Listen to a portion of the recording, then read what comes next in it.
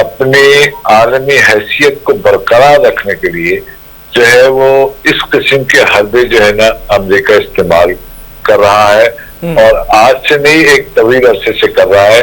ہماری حکومتیں جتنے بھی رہی ہیں، چاہے وہ کوئی بھی ہو، اس وقت اگر نواز شریف ہیں، شہباز شریف ہیں، تو سے پہلے بھی جتنے بھی افراد رہے، وہ سب کے سب جو ہے نا، اور خاص طور سے ہمارے جو ہے نا اسٹیبلشمنٹ جو ہے نا 47 اور 48 کے بعد تو مکمل طور سے جو ہے نا، بلکہ سیٹوں اور سینٹوں کے بعد جو ہے 56 کے بعد وہ تو مکمل طور سے آپ ایک امریکہ کی کالونی بن چکے ہیں، اور امریکہ کی کالونی بننے کا بار بار آپ اظہار بھی کرتے ہیں، چاہے وہ نواز شریف ہو، چاہے وہ عمران خان ہو، چاہے وہ یعنی شہباز شریف ہو، چاہے وہ زرداری صاحب، وہ باقاعدہ اپنے ایکٹ سے بار بار اس بات کا اظہار کرتے ہیں کہ وہ ایک کالونی ہے امریکہ کی جس میں وہ رہ رہے ہیں۔ اسٹیبلشمنٹ بھی امریکہ کی ایک کالونی ہے جو امریکن اشاروں پر یا امریکن کی پالیسیز کو ٹو کرتی ہے۔ پہلی بات تو یہ ہے۔ دوسری بات آ رہی ہے اس بات پر کہ دیکھیں، ہمیشہ جو ملکوں کی جنگیں جو ہوتی ہیں اس کو ہم حق اور باطل کی جنگوں کے تناظر میں نہیں دیکھ سکتے۔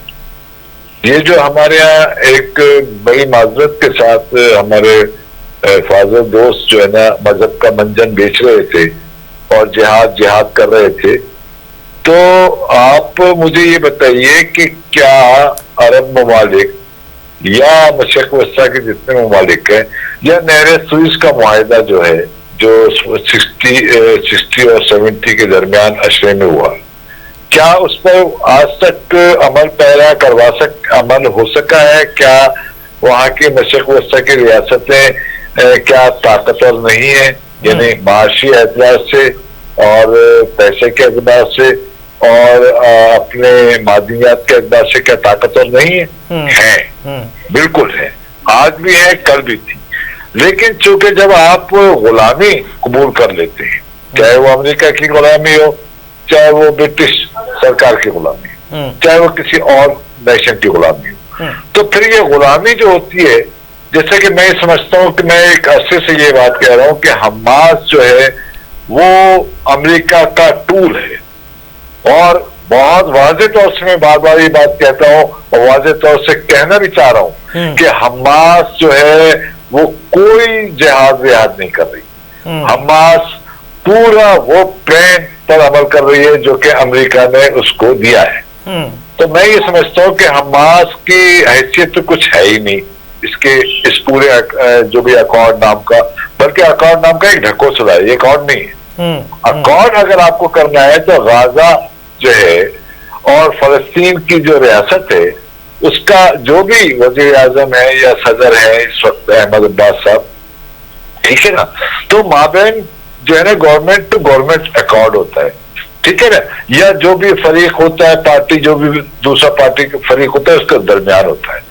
تو میں یہ سمجھتا ہوں، اور سب سے شرمناک اور سب سے افسوسناک جو پہلو ہے وہ یہ ہے کہ ہم امریکہ جب جا رہے ہوتے ہیں یا جانے کی کوشش کر رہے ہوتے ہیں یا وائٹ ہاؤس کے ہالوں میں جب چلے جاتے ہیں نا، تو عمران خان بھی اپنے آپ کو بھول جاتے ہیں کہ وہ شاید کہ کوئی پاکستانی ہے، شہباز شریف بھی بھول جاتے ہیں کہ وہ پاکستانی ہے، نواز شریف بھی بھول جاتے ہیں کہ وہ پاکستانی ہے، اور زرداری صاحب بھی بھول جاتے ہیں پاکستانی ہے۔ They are all touts, sorry to say, they are all touts of America.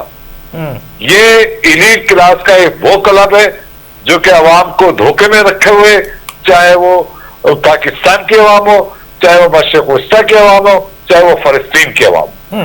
آپ غزہ کے عوام کے احساسات دیکھیے جو آج رپورٹ ہوئے، جو رائٹر نے اور AFP نے رپورٹ کیا ہے کہ غزہ کے جو بچ جانے والے عوام ہیں وہ کہہ رہے ہیں کہ یہ ایک اور ہمیں تسلیم ہی نہیں ہے، جہاں کے لیے آپ انٹرم گورنمنٹ کس کی بنے گی؟ مجھے کوئی بتائے نا، امریکہ بتائے نا، شہباز شریف صاحب بتا دیں کہ کیا پاکستان اس میں شامل ہوگا؟